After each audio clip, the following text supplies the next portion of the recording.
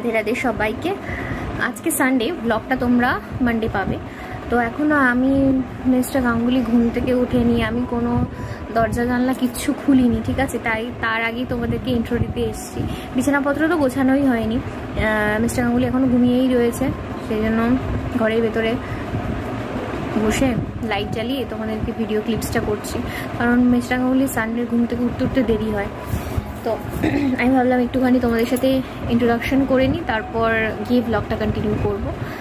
তো এখন মোটামুটি সকালের ব্রেকফাস্টটা আমি রেডি করতে যাব। আজকে সয়াবিনের তরকারি আর রুটি হবে সকালবেলা। তো ব্রেকফাস্টটা রেডি করে নিই, রেডি করার পর তারপর স্নান টান করবো, ঠাকুর ঘরে যাবো পুজো দিতে, তারপর এসে আবার বাকি রান্না বাকি কাজ। তো চলো ব্লগটা দেখতে থাকো, পুরো ভিডিওটা কন্টিনিউ করি। ঘরের কোনো কাজই হয়নি, কারণ সানডের দিনকার মিস্টার গাঙ্গুলি ঘুমিয়ে থাকে, আর সকালবেলা উঠে আমার ঘরটা গোছানো হয় না। তো ইটস ওকে, তো চলো দেখতে থাকো ব্লগটা। তারপরে তোমাদের সাথে কথা বলে চলে এলাম রান্নাঘরে। সকালবেলা আমার অনেক কিছুই কিন্তু গোছানো এখানে হয়ে গেছে, দেখতে পাচ্ছ। এখানে দেখো সয়াবিনগুলো কিন্তু আমি অল্প একটু গরম করে তার মধ্যে ভিজাতে দিয়ে দিয়েছিলাম। তারপর সয়াবিনগুলোকে ঠিকঠাক একটু ভাজতে হয়, কারণ আমি যদি সয়াবিন না ভেজে রান্না করি না, তাহলে কীরকম আমার একটা গন্ধ লাগে যেন। যাই হোক, আমি ভালো করে অনেকবার ঠান্ডা জলে ধুয়েছি, কিন্তু তারপরেও আমি একবার করে হলুদ আর তোমার একটু নুন দিন একটু ভেজে নিই। এটা দেখতে পাচ্ছ, আমি কিন্তু চা বানাই ওটার মধ্যে, তার মধ্যেই কিন্তু কিছুটা আলু আমি সয়াবিনের মধ্যে যেগুলো দেবো সেগুলো দেওয়া হয়ে গেছে। এখানে পেঁয়াজ, আদা, রসুন সমস্ত কিছু পেস্ট দিয়ে চিনিটাকে একটু তেলের মধ্যে ক্যারামেলাইজড করে নিয়েছি, তার ফলে রঙটা খুব ভালো আসে। আর তার মধ্যে কিন্তু আমি একদম ঘরোয়া মশলাগুলো দিচ্ছি, নুন, হলুদ, জিরে গুঁড়ো, ধনে গুঁড়ো, আর একটু তোমার গরম মশলা গুঁড়ো দেবো, কিন্তু সেটা একদম রান্নার শেষে। কিন্তু তার আগে এখানে মশলাটাকে তো ভালো করে কষাতেই হবে। আর আমি কিন্তু সব রান্নাতেই আজকে টমেটো সসই ইউজ করেছি, কারণ টমেটো সসে জানি না, আমার টমেটোর থেকেও রান্নাটা খেতে কিন্তু ভীষণ ভালো লাগে। দেখতে পেলে ওখানে টমেটো সসটা ইউজ করলাম, টমেটো সসটা কিন্তু শেষ হয়ে গেছে জানো তো। আবার অ্যাকচুয়ালি নতুন মাসের বাজার তো রিফিল করা হয়নি, সেজন্যই ওটা শেষ হয়ে এসছে, আবার নতুন মাসে আনতে হবে। আলুগুলো তো সিদ্ধই করে নিয়েছিলাম, দেখতেই পেলে। তো আলু সিদ্ধ মোটামুটি, আর মশলাটা কিন্তু অসাধারণ কষানো হয়েছিল, দেখেছো। তার মধ্যে কিন্তু সোয়াবিনটা দিয়ে দিলাম। আজকে ভাবছিলাম সোয়াবিনটা খুব একটা কি বলবো, একদম মাখা মাখা করবো না, যদিও আমরা সবাই রুটি দিয়েই খাবো, কিন্তু তাও ভাবছিলাম যে না, মাখা মাখা করবো না, একটু ঝোল রাখবো, ভালো লাগে তাহলে। আবার অনেক সময় মাখা মাখাও ভালো লাগে। সোয়াবিন না আমার এত ফেভারিট, কি বলবো তোমাদের। আমার মনে হয় যে একটুখানি মনে হয় নুন হলুদ দিয়ে সিদ্ধ করে একটু ভেজে দিলেও মনে হয় আমি খেয়ে নেবো, আমার এতখানি ভালো লাগে। যাই হোক, আমি পরিমাণ অনুযায়ী জল কিন্তু দিয়েছি, অতিরিক্ত জল যে বেশি ঝোল সেরকম না, মোটামুটি একটু ঝোল আছে, তবে সেটা কিন্তু শুকিয়ে যাবে। রবিবারের দিনটা না বড্ড কি বলবো, কাজগুলো বড্ড গায়ে গায়ে হয়ে যায়। সবথেকে বড় কথা, একটু রুটিনের বাইরে গিয়ে কাজ করতে হয়, কারণ সেদিনকার দেবার্থ বাড়িতে থাকে, তাই একটু দেরি করে ঘুম থেকে ওঠা, একটু দেরি করে রান্না বসানো, সমস্ত কিছুতেই একটু দেরি থাকে। এই যে গোপালের পুজো দিতে চলে এসেছি, গোপাল না সবারই পুজো দিতে এসেছি, তবে গোপালকে সকালবেলা ব্রেকফাস্ট, সকালবেলা উঠে স্নান করানো, রেডি করানো সব কিছুই হয়ে গেছে। তোমাদের দেখিয়ে দিলাম ব্রেকফাস্টের সেরে, রান্নাটা করে স্নান করে তারপর গোপালের কাছে এলাম। তারপরে কিন্তু গিয়ে আমি নিজেই দেখো এই যে সকালবেলা ব্রেকফাস্টটা করতে বসে গেলাম। তোমরা আমার ভিডিও যারা দেখো তারা জানো যে আমি ডেইলি কিন্তু ব্রেকফাস্ট করার আগেই ভগবানের পুজোটা করে নিই। তারপরে এগুলো রিফিল করছিলাম, এগুলো শেষ হয়ে গিয়েছিলো সব কিছু, চিনি, নুন, আরও অনেক কিছু শেষ হয়েছিল, সেগুলো আমি সন্ধ্যাবেলা নাগাদ করেছি। আজকে ভাবছিলাম না একটু জিরা রাইস বানাবো, জিরা রাইস আর চিকেন কষা, কিন্তু আমি জিরা রাইসের রাইসটা বানানোর পর আমি রিয়েলাইজ করেছি যে ভাতটা একটু কম হয়ে গেছে, আর একটু বেশি হলে ভালো হতো, সেই জন্য আর একটু ভাতও বসিয়ে দিয়েছিলাম। আর বাইরের অবস্থাটা দেখতে পাচ্ছ, ওয়েদারটা কিন্তু ভালো, একটু পরে পরেই বৃষ্টি হচ্ছে, ঠিক আছে, কিন্তু গরমটা একেবারে যাচ্ছে না, একদম যাচ্ছে না। দেখে মনে হচ্ছে না যে বৃষ্টির ওয়েদার, অ্যাজ ইউজুয়াল যেরকম ঘামি অন্যান্য সময় সেই রকমই ঘাম হচ্ছে। ভালো লাগে না এরকম। বৃষ্টি হলে একটু যদি ঠান্ডা ভাবটা বেশি থাকতো তাহলে ভালো হতো।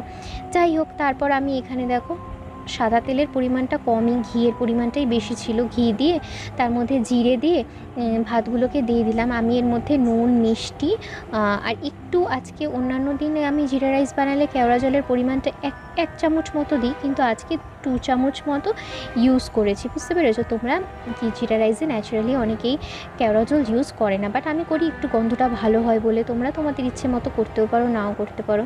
এখানে না অনেক কটা মশলার মিক্সচার আছে, ধনে গুঁড়ো, জিরে গুঁড়ো, তেজপাতা গুঁড়ো, তারপরে তোমার গরম মশলাগুলো সব কিছুকে একসাথে মিশিয়ে তার মধ্যে একটু যে মানে সেটাই আমি জিরা রাইসের মধ্যে অ্যাপ্লাই করছিলাম। খেতে কিন্তু দুর্দান্ত হয়েছিল, বিশ্বাস করো দুর্দান্ত হয়েছিল। অন্যান্য দিন জিরা রাইসের থেকেও কালকের জিরা রাইসটা খুব ভালো হয়েছিল। আজকে তো আমি তোমাদের মানডেতে ব্লগটা দিচ্ছি, সেই জন্য বললাম কালকের, কারণ এটা রবিবারের ক্লিপসগুলো, সমস্ত ব্লগটা রবিবারের, মানডে তোমাদের কাছে টেলিকাস্ট করব। যাই হোক, এখানে মাংসের সমস্ত জিনিস কিন্তু আমার রেডি হয়ে গেছে। দেখলে পেঁয়াজ, আদা, রসুন সব পেস্ট করা হয়ে গেছে, আলু কেটে আলু ভেজে নিয়েছি, তার মধ্যে মাংসগুলোকেও আমি ধুয়ে ম্যারিনেট করা হয়ে গেছে। মাংসগুলো বেশিরভাগ দিনই কিন্তু আমি একটু ভেজে রান্না করি, তার টেস্ট অসাধারণ খেতে হয়। কারণ ভাজা চিংড়ি মাছ এর তেলে রান্না করা, মাংসের তেলে রান্না করা ভীষণ ভালো হয়। আর আজকে বিশ্বাস করো জিরা রাইসটা যেমন ভালো হয়েছিল, মাংসটাও কিন্তু ততটাই ভালো হয়েছিল। দুটোর কম্বিনেশন অসাধারণ লেগেছে। এইভাবে আজকে মাংসটা আরও হোক ক্রমাগত, তোমরা বুঝতে পারবে। মাংস ভাজার তেলের মধ্যেই আমি আরেকটু সর্ষের তেল অ্যাড করেছি, তার মধ্যে জিরে ফোড়ন দিলাম, তেজপাতা। আমি এখানে কাঁচা লঙ্কাটা এই পেস্টের মতো ইউজ করেছি বলে শুকনো লঙ্কা আমি ফোড়নে দিলাম না, কারণ শুকনো লঙ্কা রান্না না আমি একটু কম খাই, তা কাঁচা লঙ্কা রান্নাটাই বেশি খাই। পেঁয়াজ কুচিগুলো সব দিয়ে দিলাম। আর তুমি দেখতেই পারলে কড়াইটা কিন্তু আমি মাজিনি তোমার মাংসটা ভাজার পরে। টেস্টটা ভীষণ ভালো হয়, বিশ্বাস করো, মাংস ভাজার কড়াইতে, মাংস ভাজার তেলে রান্না করলে। আর ওর মধ্যে এই যে খুন্তির মধ্যে লেগে যাচ্ছিলো, ওটা হচ্ছে আমি চিনিটা দিয়েছিলাম তোমার তেলের মধ্যে, যাতে এই যে লালচে ভাবটা দেখেছো এখনই কত লাল হয়ে গেছে, কারণ আমি তো এখানে কোনো মশলাই ইউজ করিনি এখনও, তারপরেও রঙটা কিন্তু এমনি আপনি চেঞ্জ হয়ে যায়। এরপর দিয়ে দিলাম তোমার ওই যে পেস্টটা, আদা রসুন কাঁচা লঙ্কার পেস্টটা। এখনও মশলা কিন্তু ইউজ করিনি, তাও দেখো কালারটা কত ভালো এসছে, ভীষণ ভালো হয়েছিল ও কালকের মাংসটা খেতে। আর সবথেকে বড় কথা, একটু কষা কষা বানিয়েছিলাম, আরোই ভালো লাগছিলো তোমার খেতে। যাই হোক, আর আমি এখানে আজকে মশলাগুলোকে সব গুঁড়ো করে, মানে তোমার কি বলে, মিক্সড করে তারপরে ইউজ করেছি। একটা করে অন্যদিন ইউজ করি, তো আজকে সেরকম করিনি। আমি দেখেছি এইরকমভাবে গুলিয়ে মশলা ইউজ করলে কালারটাও ভালো হয়, খেতেও কিন্তু ভীষণ ভালো হয়। দেখো মশলা কষানোটা কিন্তু অলমোস্ট ডান। আর আমি এখানে রান্না করছি, দেওয়ার তো এসে যে কতবার বিরক্ত করছে, এটা দাও, ওটা দাও, এটা করনি, এটা করনি, একটা মাংস টেস্ট করাবে। ও যেদিনকার সানডে বাড়ি থাকে সেদিনকার আমার এরকমই চলতে থাকে। ঠিক আছে, আমার কিন্তু ভীষণ ভালো লাগে, কারণ বাকি 6টা দিন তো থাকে না, একটা দিন আমার এই জ্বালাতনগুলোও ভালো লাগে। যাই হোক, মাংস আমার অলমোস্ট কষানো হয়ে গেছে। সবথেকে বড় কথা, রান্না করতে করতে আমার মাথার মধ্যে না আর একটা তারা লেগে থাকে, কি বলো তো, এই দেখো আমি কিন্তু কোনো জল দিইনি, তোমাদের বলছি বাকি কথাটা, আগে তোমরা মাংসটা দেখে না, এখানে কোনো জল দিইনি। এই যে তেল জল সমস্তটা ভেসে উঠেছে, এটা কিন্তু পুরো কষানো থেকে। এই কষানোটা দেখেই বুঝতে পারবে মাংসটা কতখানি টেস্টি হয়েছিল। যাই হোক, যেটা বলছিলাম, আমার যেটা তাড়া থাকে রান্না করতে করতে, সেটা সব দিনই থাকে। সেটা কি বলতো, 1:30টার মধ্যে রান্নাটা অ্যাটলিস্ট শেষ করার। কারণ অন্যান্য দিন মিস্টার গাঙ্গুলি যখন অফিসে থাকে, ও তখন 1:40 না, ওদের 1:30 থেকে লাঞ্চ হয়, 1:40 পৌনে 2 নাগাদ আমাকে কল করে, সেটার জন্য 1:30টার মধ্যে আমার শেষ করতেই হয়। আর ওর কলটা রিসিভ করার পর ওর সাথে 15 মিনিট কথা বলার পরে 2টোর সময় আমি একদম পাক্কা 2টোর সময়তেই চাই আমার গপুকে দুপুরবেলার লাঞ্চ খাওয়াতে। তো সেই জন্যই আমি সব সময় চেষ্টা করি রান্নাটা 1:30টার মধ্যে কমপ্লিট করার। মাংসটা কিন্তু আমার অলমোস্ট হয়ে গেছে, ভীষণ ভালো হয়েছিল। তুমি কালার দেখে তোমরা আশা করি বুঝতে পারছো, কালার আর টেক্সচারটা দেখে মানে অসম্ভব ভালো লেগেছিলো আমার খেতে। আমার কেন সবারই লেগেছে। আর তার মধ্যে আমি একটুখানি কি বলে লাস্টে গরম মশলা গুঁড়ো ইউজ করেছিলাম অল্প একটুখানি। তো আমার মাংসও হয়ে গেছে, জিরা রাইসও হয়ে গেছে। তো এটাই ছিল সানডের লাঞ্চ, খেতেও ভীষণ ভালো হয়েছিল। আর কি বলে, সকালবেলা তো তোমরা ব্রেকফাস্টে দেখলে, আর এটা চলে এসেছিলাম সন্ধ্যাবেলার চা বানাতে।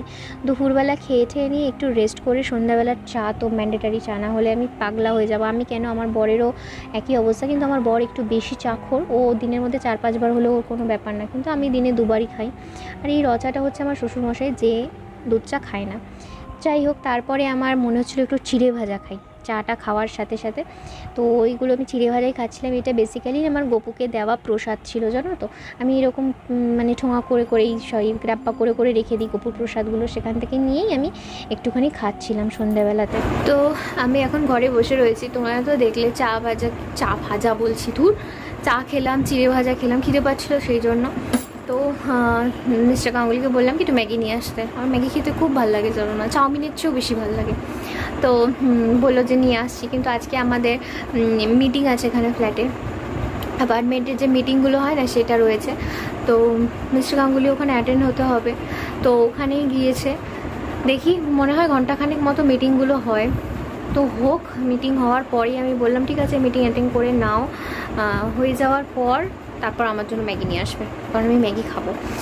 রাত্রিবেলা আজকে দুপুরে তো তোমাদের দেখালে আমি জিরা রাইস আর মাংস করেছি। রাত্রিবেলা খেতে খেতে মোটামুটি 10:30 11টা এরকম বেজে যায়। তো ঠিক আছে, রাতের খাবারটা রাতে দেখা যাবে। 10:30 খাওয়ার জায়গায় আমি 11টা খাবো, 11টা 10-15 খাবো, কিন্তু এখন আমি ম্যাগি খাবো ব্যাস। তো যাই হোক, মিটিং ফিটিং করুক। তারপরে ইচ্ছা আছে কি ম্যাগি খাওয়ার পরে আমি তো গোপালকে রাত্রিবেলা খেতে দিতে যাব, তার আগে একটু ছাদে ঘুরবো দুজনে মিলে, তারপর কথাবার্তা বলে তারপর গোপালকে খেতে দিয়ে রাতের ডিনার শেষ করে ঘুমিয়ে পড়বো। তারপর তোমাদের সাথে আবার একটা নতুন দিন নতুন একটা ব্লগে দেখা হবে। ততক্ষণ অবধি আজকে ব্লগটা এখানেই শেষ করছি। ভালো থাকো, সুস্থ থাকো, সবাইকে ভালো রাখো। দেখা হচ্ছে নতুন একটা ব্লগে। টাটা।